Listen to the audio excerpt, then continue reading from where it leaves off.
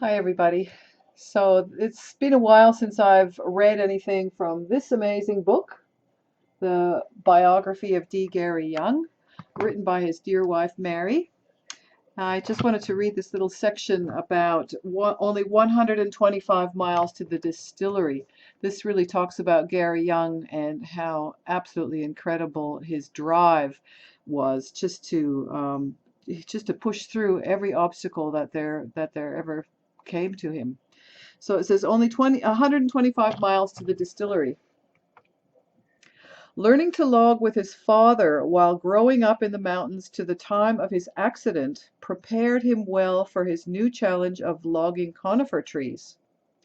Although he had never distilled chips before, he knew trees, and it was easy for him to organize and give directions. He had to know which trees to cut down and then how to chip, haul, and distill them, a skill that few people have. His youth taught him well, giving him an amazing advantage for a future of which he had no knowledge. After the chips were blown into the trailer, they were hauled to St. Mary's, which was a dangerous undertaking.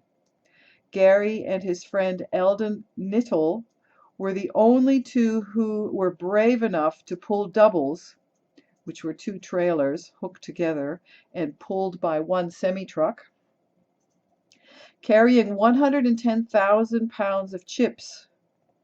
The trips would take from 4 hours normally to 7 wintry hours, depending on the weather. The road from Plummer to the Benoit turnoff is very windy and a lot of hairpin turns, but at least it is paved. The Benoit Road up to the farm distillery is a 6-mile dirt road with narrow turns and sharp drop-offs, so drivers had to be extremely cautious.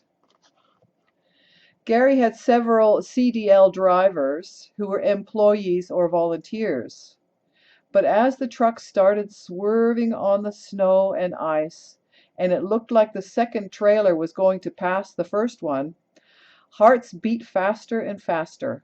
Knuckles turned white, gripping the wheel, while drivers were frozen to the edge of the driver's seat with their hair standing straight up on the back of their necks. They made the trip only once and refused to drive again. Seeing life pass before them was a heart-stopper. It was too dangerous. It was crazy. It was insane to drive those heavy trucks on those scary, narrow, and treacherous roads with snow, ice, and ferocious blowing wind. These drivers hurriedly slithered away, apologizing in an effort to hide their embarrassment. Some commented, "I've been driving truck for 30 years and just discovered I am not a truck driver when it comes to these roads and conditions." Gary made the drive every day and sometimes twice a day so that he could keep an eye on the logging, chipping, and distillery crews. His average downtime during the harvest was 4 hours every 24 hours, including fueling, eating, and sleeping. Gary felt they were really blessed in the 16 years they had been trucking during the winter to have lost only 2 trailers and just minor damage to the 4 trucks. So it was left to Gary and Eldon, but there was still tremendous worry and anxiety felt by those who knew the risks of driving back and forth. However, there didn't seem to be any other way if Young Living was going to have the oils. There were many challenges going back and forth. Oftentimes, Gary would work all day harvesting and loading, and then he would jump into the semi-truck, arriving in St. Mary's at midnight. But that didn't mean the trip was over and everyone could go to bed. Not a chance. That was just the halfway point of the trip. The chips had to be unloaded on the landing and covered with a tarp before they froze into one big lump. They were left only once in the trailer, creating a very miserable time for the several people who had to work 2 days with pitchforks, axes, and anything else to chop out the frozen chips. So after that experience, as soon as the trucks arrived, Everyone hurried to get them unloaded, which took about 3 hours.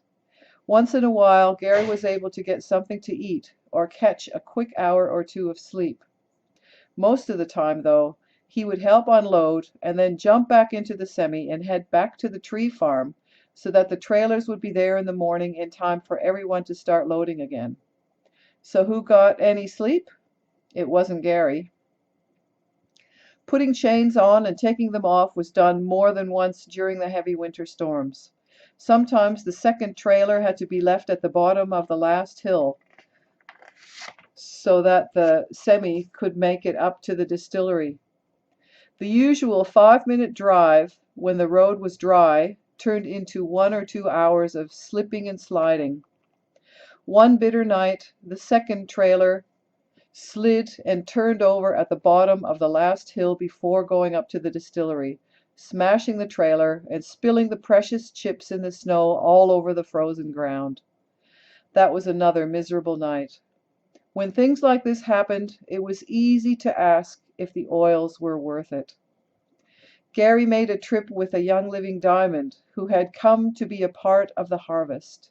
When they came to a turn in the road, the ice on the road had frozen so solid that the truck would not steer nor stop sliding until both trailers and the semi-truck were in the ditch, leaning against the trees that held them from rolling all the way over. That night was spent with excavators, loaders, and skidders, winching the trailers and truck back up on their wheels and out of the ditch. Certainly an awesome and perhaps frightening experience for a member never having had exposure to winter snow and ice. Most people would have given up, but Gary had a mission, and nothing would stop him. Having hauled on the Alaska pipeline for 2 years, from 1975 to 77, when the pipeline was being built, he knew the severe difficulties, frustrations, destruction, complete loss, and even death that came with the harsh Alaskan winters. He grew up in the mountains and understood the cold and the dangers. He had a solution for everything and was a marvel to everyone working with him, watching him fix equipment and solving the problems. For Gary, it was just a part of life. One winter evolved into another as the oil grew in demand and the logging camp expanded. More tents went up, cabins were built, electrical lines were strung, water lines were put in, bathrooms and showers were built, and washers and dryers started churning. The kitchen was expanded and a beautiful antique wood-burning stove was bought for hearty cooking and delicious meals, and the enlarged dining room served a larger number of people. Even the internet was installed to meet members' needs. Bigger chippers were bought, and another tree shear, another skid shear, an excavator, and more equipment kept being added. The operation grew with more people coming to the harvest to be part of the seed to seal as the demand for conifer oils continued to increase. So the reason they do it in winter, as I mentioned in a previous video, is because that's when you get the most exquisite oil, because the essential oil comes up through the needles to the surface to protect the needles from drying out and to protect them from the extreme cold. So the colder the weather, the more exquisite the oil is. So that's why they had to do it in the winter. That's it for that chapter. Thanks. Bye.